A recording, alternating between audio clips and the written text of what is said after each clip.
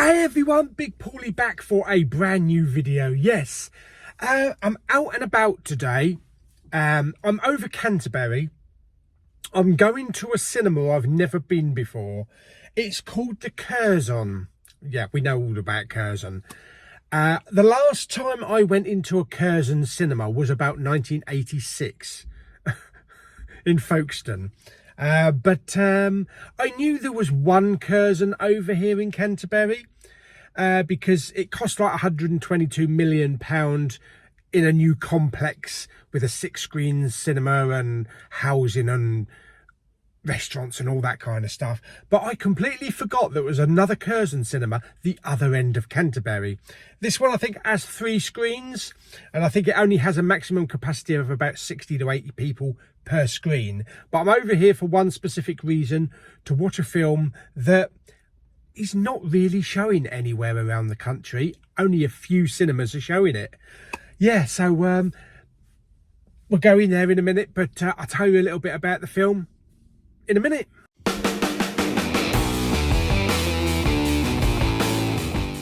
Okay, so the film that I'm going to see is Sometimes I Think About Dying. Yes, starring everybody's favourite Skywalker or Palpatine, Daisy Ridley. Yes. Then apparently this is not showing in like Odeons or Views or Cineworlds. I've looked around and it was only by chance that I discovered that it was playing at this cinema. So I hopped into the car, popped over here. I've got my ticket. The cinema looks nice from the pictures that I've seen. Nice comfy seats. I think I've got a sofa myself. But there's also a library and a bar in there, and they serve pizza to your chair, and nachos and hot dogs and stuff like that. And it's only about £8 for a ticket. So I figured, yeah, let's go and watch the film. It's probably going to be the only chance I'm going to get to see it on the big screen, because I don't think it's been announced on any streaming yet. So we'll go in. I've still got about another 20 minutes before I go in, but I kind of get a little bit of footage as well if I can. But yeah, looking forward to this. And then of course I'll talk about the film and share my thoughts afterwards. So it's kind of a combined exploring the cinema and review all in one. Yeah, hence the different title, A Day Out at the Cinema, or at the pictures. Anyway, let's go into the cinema in a minute, and yeah, let's go and have a look, and let's get our ticket. And I might have some nachos and a Coke or a hot dog. I'm not sure yet, but we'll see.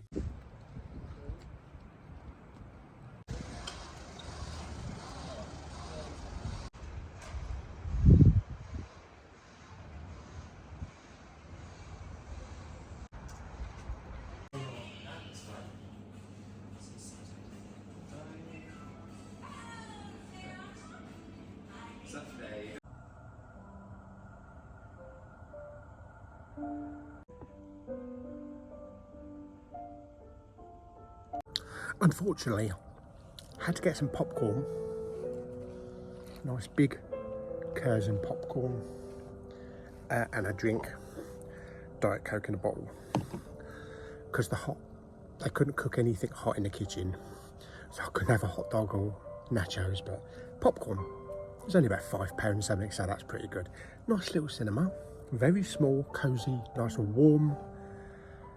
Screens, oh yeah, it's not going to be huge because it's very compact, but it's nice in here.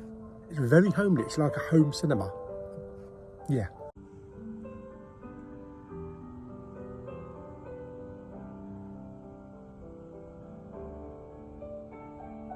Okay, so out of the CURZON. First of all, that's a very small, compact cinema. 60 to 80 seats, some nice fabric seats in there. They do recline. Screen is small compared with what I'm used to. It's kind of like one of those home movie theatres that you see on Google that someone's built in their basement. So it was nice. It was compact. It was homely. It was warm. Yeah, I really enjoyed it. Will I be going to there again? I don't know. I think it's only because this film was showing that I probably attempted it. But it's still a nice little cinema. As for the film, I really enjoyed it. Yeah, I really enjoyed it. Yeah, there was no aliens, there was no explosions, there was no people slitting anybody's throats. It's just a nice little down-to-earth relationship movie. So Daisy plays a character called Fran, who works in this office at the port side. I think it's something to do with Port Authority, dealing with spreadsheets and manifests and things like that. She's good at her job. She really enjoys her job.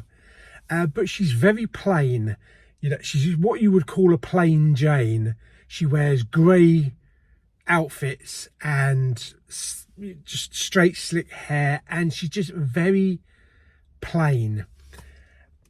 Completely opposite of what she's really like. I mean, I've got to say, the stylist and the costume department basically have turned her into her. So well done on that. Yeah, making her look very plain. So she does her job.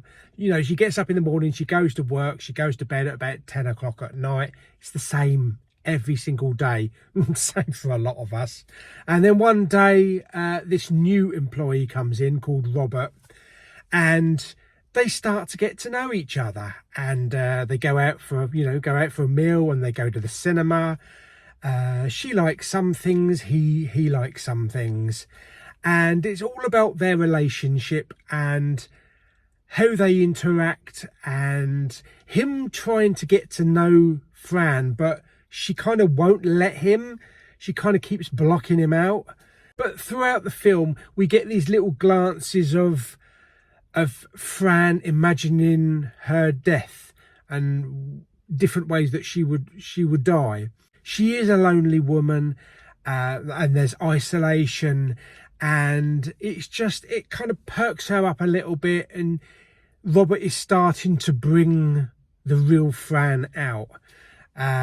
The film does come to a bit of a halt towards the end, and I would have liked it to go on for another half hour, but I think we have to kind of guess how their relationship goes and leave it up to our imagination of, did they stay together, or, you know, what happened afterwards. But all in all, I thought it was really good. It was an hour and a half. It was a nice little subtle tale. Daisy Ridley was incredible. She was fantastic. She's a very underrated actress. People don't give her credit. You know, it's all based on these certain scenes or the character of Rey. If someone doesn't like Rey in Star Wars, then they base all of her acting abilities on that. She's been in a Duff film, Chaos Walking, which wasn't right. But she was also in The Marsh King's Daughter. She was really good in that. She's going to be a terrorist, I think, or a hero in a Die Hard type of film, which I think is finished filming. It's going to be set in a tower block, so that should be interesting. I think she plays a character called Joey. But there's also The Woman and the Sea coming up, so we're going to get to see some real Daisy Ridley and get to see some real acting ability, because, you know, up until recently, all we've got to see her in is like 3 Star Wars films, and that's it. It's just one character, so she hasn't been able to bring out her real self. But yeah, I thought it was really good. I really enjoyed it. I hope it does get a home release.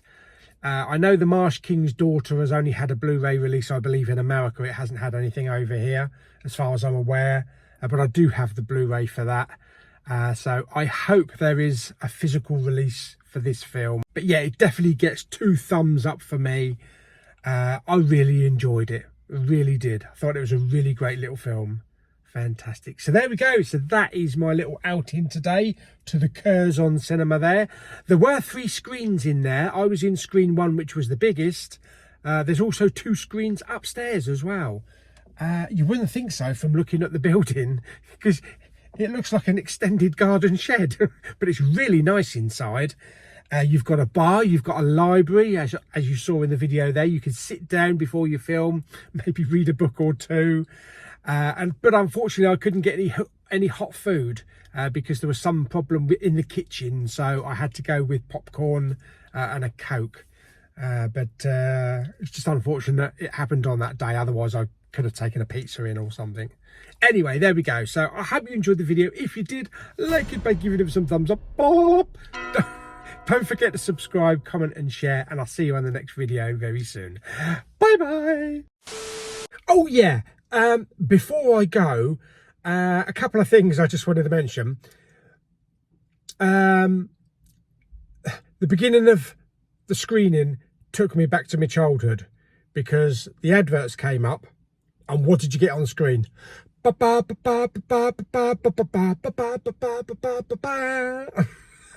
That's right, Pearl and Dean. I haven't seen that on a cinema screen since I was a kid, since the 80s, probably at the Curzon cinema I went to in 1986. So that was kind of nice. Yeah. Also, I think this was my most expensive cinema trip ever. Let me just stick it here. So okay, so £8 to get in, because obviously there's no unlimited card or anything. £9 for a popcorn and a Coke, because they didn't have any hot food either. And down the bottom here, are you ready for this? I've got a bloody receipt for the car park. 3 hours in the car park, £11.10 to park for 3 hours for the film. No wonder the car park's bloody empty. No one will park in it. Good grief. At least Dick Turpin wore a mask. Flipping heck. But I'm not sour. It cost me £28 for a cinema trip. But at least I got to see my girl Daisy on the big screen in a film that I really wanted to see. So, anyway, it's a one-off. It's definitely a bloody one-off. Anyway, so, yeah, there you go. I'll see you on the next video very soon. Bye-bye.